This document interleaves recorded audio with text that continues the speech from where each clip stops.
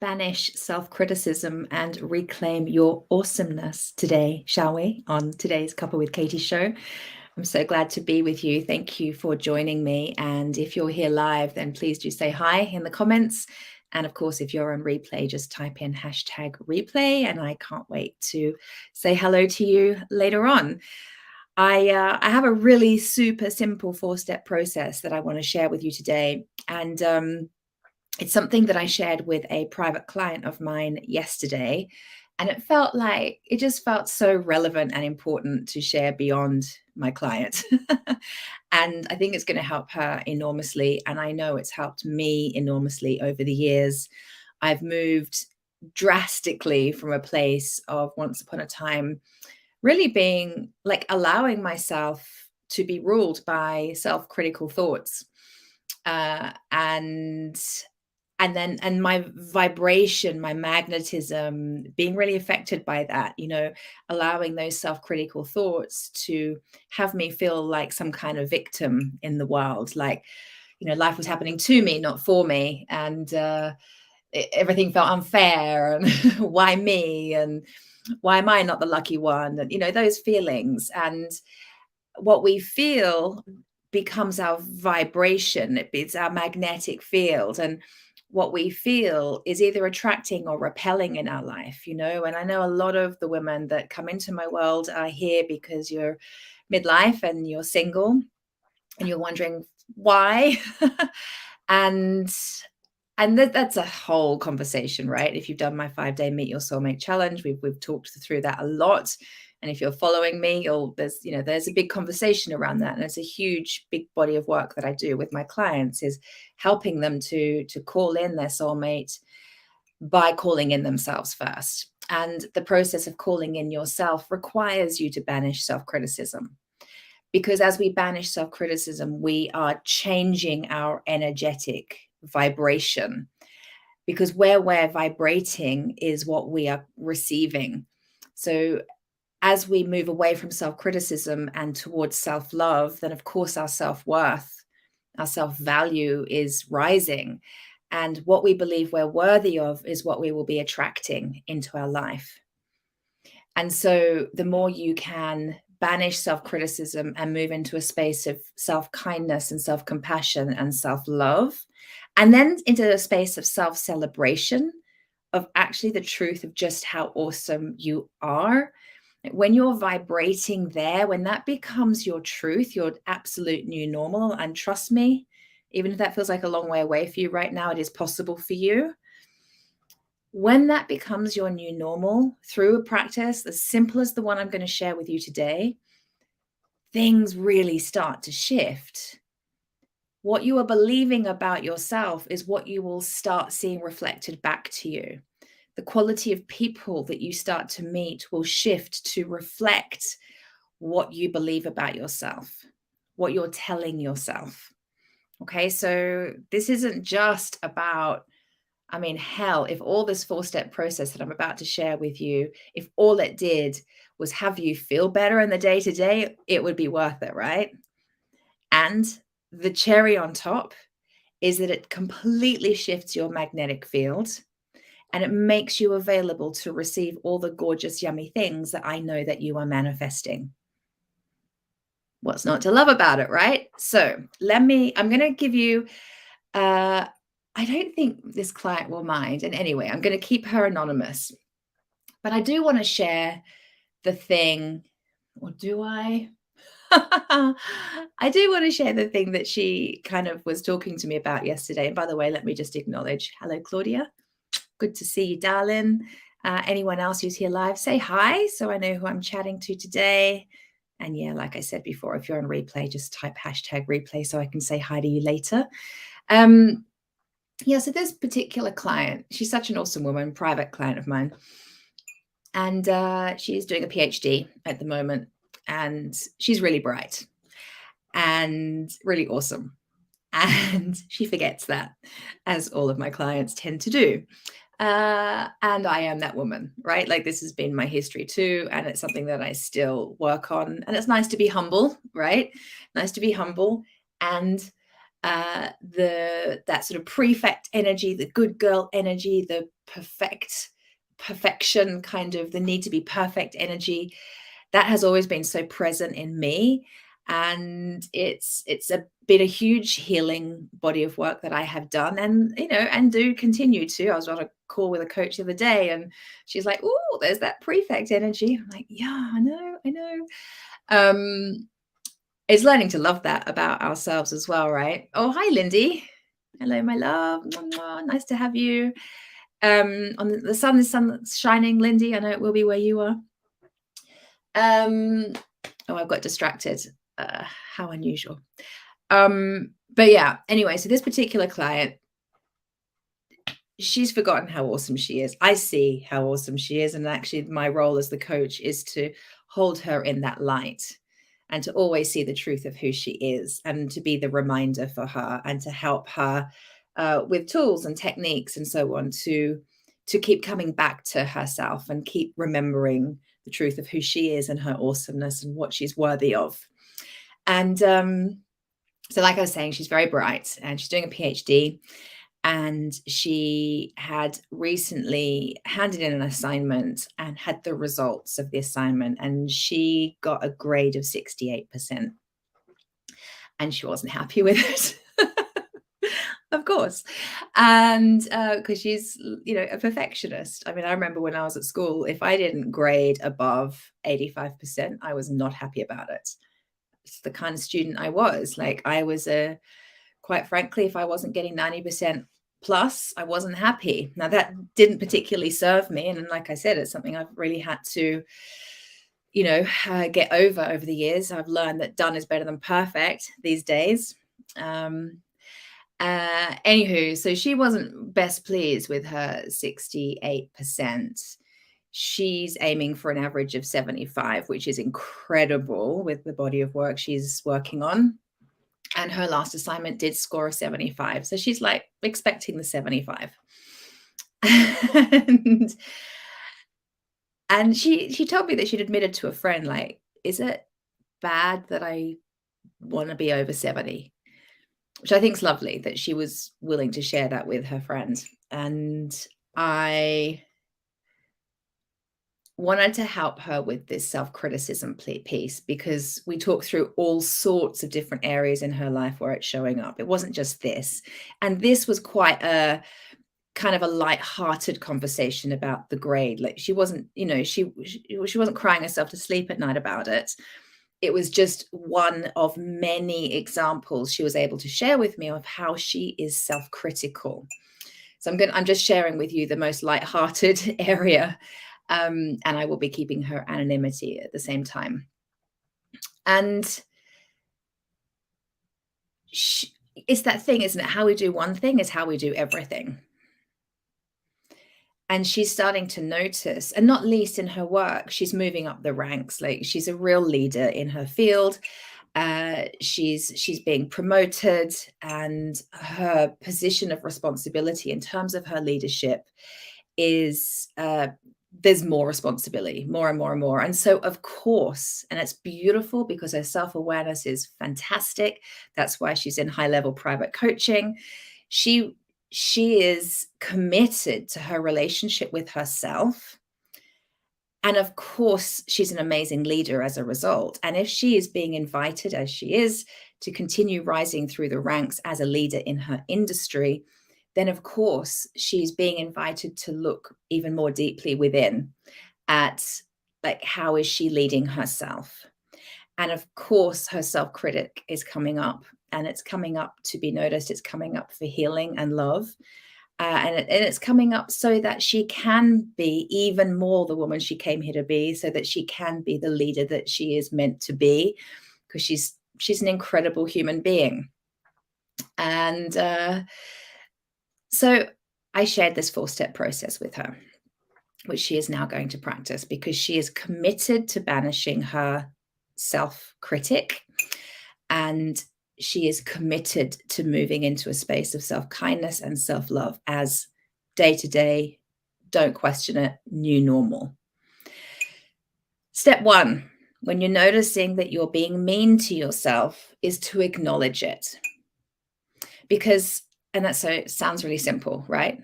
Not that easy. You've got to get ninja and in the habit of noticing, "Oh my god, I'm being really freaking mean to myself right now. I can't believe I just said that to myself." You've got to start noticing the kind of stuff that you are saying that's just become so habitual that you don't even realize you're doing it anymore. When you start and in the first instance, when you if you wanna commit to banishing your inner critic and to quit the self-criticism, in the first instance, it's gonna probably feel quite uncomfortable because you're really gonna be getting conscious to it and noticing all the different ways that you do it and just how mean you can be to yourself. When you're in the habit of talking to yourself like that over a long period of time, like I said to this woman, "How long do you think you've been speaking to yourself like this?" And she's like, "No, I don't know, 40 something years." It's a long time. So when we've been doing it that long, it becomes so normalized that we don't even realize we're doing it. So in the first instance, we have to start noticing the language that we're using with ourselves. And that can be a bit of a bitter pill to swallow to start with. Step one is the acknowledgement. Let's bring it into the light. Awareness is the first step to change. Let's shine a light on this dark stuff that is present, not just in your mind, but in your entire energetic field. Acknowledgement. Step two, forgive the thought. Forgive it. Just have that gentle, kind, loving conversation with yourself where you go, you say something along the lines of, "There I go again. I'm doing that thing where I'm being mean to myself. And it's not my fault. It's just become a habit." And maybe you kind of know the story behind it. Maybe there's something in your childhood. Like that's a big piece of work I do with my clients is we oftentimes, as much as I'm about moving you forward, oftentimes we got to go back some way. Sometimes we've got to go right back to early childhood to kind of understand why it is that you have the behaviors that you have, why you think and feel the way you do, why that self-sabotage is there, why that lack of self-worth is there. Quite often, it's rooted way back in childhood. So if you've done any of that inner child work, if you've had therapy, you might then have that information to be able to say to yourself, like, there I go again. I'm kind of saying that mean thing to myself. And it's not true. It's a conditioning. It's something that someone else said, and I've taken it on as my own belief system. Doesn't really belong to me. I'm going to forgive myself that thought. I forgive it. Choosing to forgive yourself is so powerful. It's not a tick box. When we choose to forgive, when we open ourselves up to receiving forgiveness, something really magical that I can't explain, because I know every time I've received forgiveness of myself or been able to offer forgiveness to others, it's been a miraculous experience of my heart and soul. It's not something I do, it's something I feel and experience. And the only way to open the door to that is to choose to receive forgiveness. It's very energetic. So you can just choose to forgive the thought.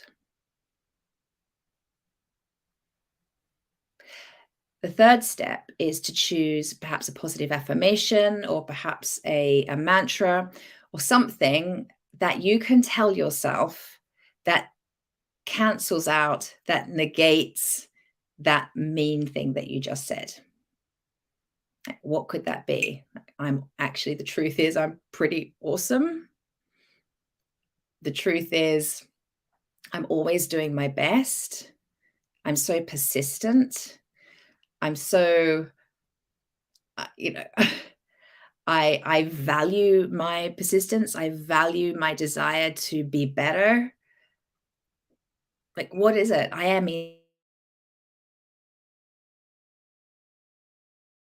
enough. The truth is, I am, well, and men, so often the healing that comes from the inner child work, the affirmation that we use to strengthen the new belief systems that are being invited to be strengthened, the affirmation is, I am enough. Nearly always, I'm enough. I'm so much more than enough. I'm lovable. I'm worthy of love. I'm valuable.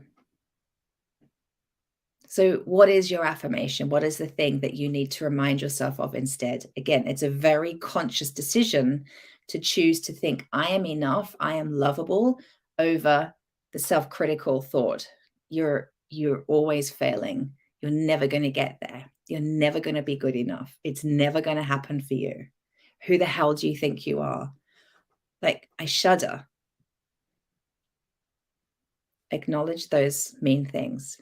Forgive the thoughts. It's not your fault. And then choose something else to believe. Because right there, what you're doing is you're rewiring your brain. Yeah. You're rewiring that. It's so powerful. And the rewiring can only happen with practice.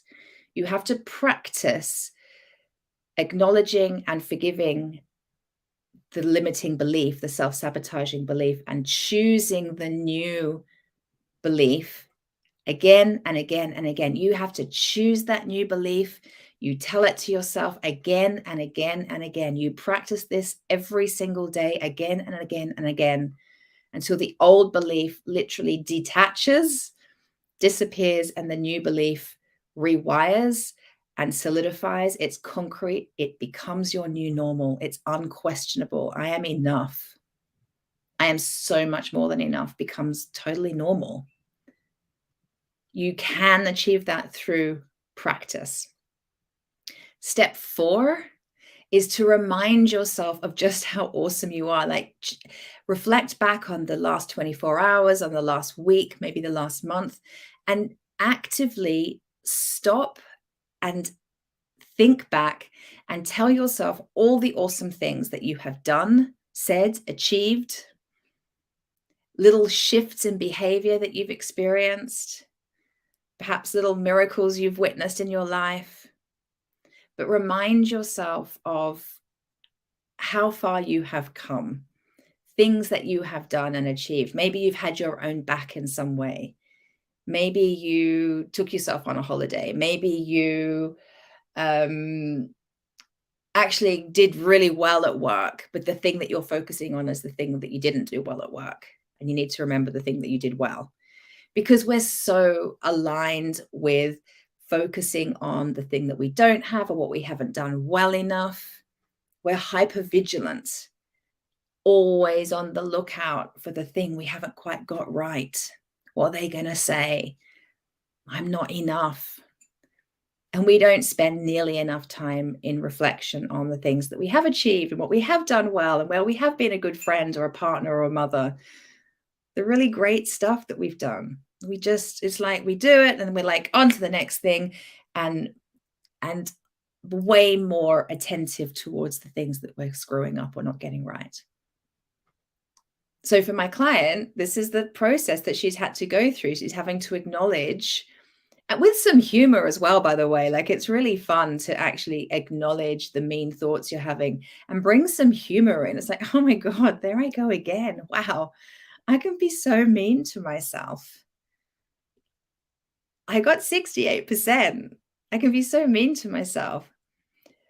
I'm going to forgive myself that. It's not my fault. If I look back in childhood, XYZ happened. It made me a bit of a perfectionist. I'm enough. I'm amazing. I always do my best. I'm so persistent. I love that about me. In fact, I love the perfectionist in me that wants more. I love her. Right? And then for this client, she had to remind herself, because she'd totally forgotten, that she at one point didn't even know if she was going to be able to do the assignment because she had COVID.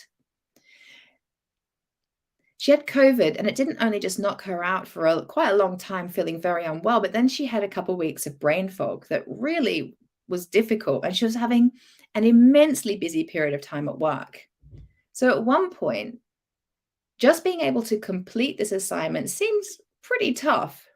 Getting it in on time was looking near on impossible. What did she do? And this is step 4. She had to remember, I had COVID. Despite having COVID and brain fog and work being so busy, not only did I do the assignment, I handed it in early. And I didn't just pass, I passed really well. That self-acknowledgement is so important. That is having your own back. And that practice is moving you closer to really valuing yourself and having that self-worth that becomes your vibration, that becomes like everything in your life will start being a reflection of that. So for you single ladies, this is key. You want to attract in a person that values you, sees your worthiness, loves you, honors you, respects you. You got to have that for yourself. That becomes all that you are available for. Anything less than that just falls to the wayside. It's like the cream rising to the top. It becomes all that you're available for. And no matter what your desires are that you're calling in, as you improve your self-worth, anything less than that falls away. The cream rises to the top, and it's there for you. So, my darlings, I really hope that today's cuppa has helped you.